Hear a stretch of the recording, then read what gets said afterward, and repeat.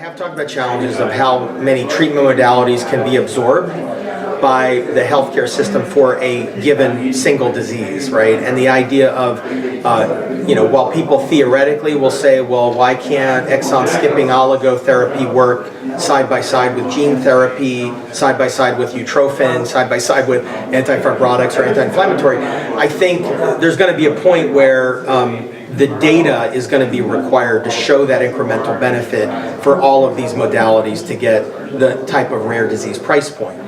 However, again, Sarepta has carved out a really nice leadership position in Duchenne in general, with all the modalities from utrophin and the various gene therapies and the CRISPR collaboration, along with the exon skipping and the follow-on. So, as I've looked back at my career in biotech, those companies that established that leadership position in a space, I worked at Gilead, we did that in HIV and hepatitis.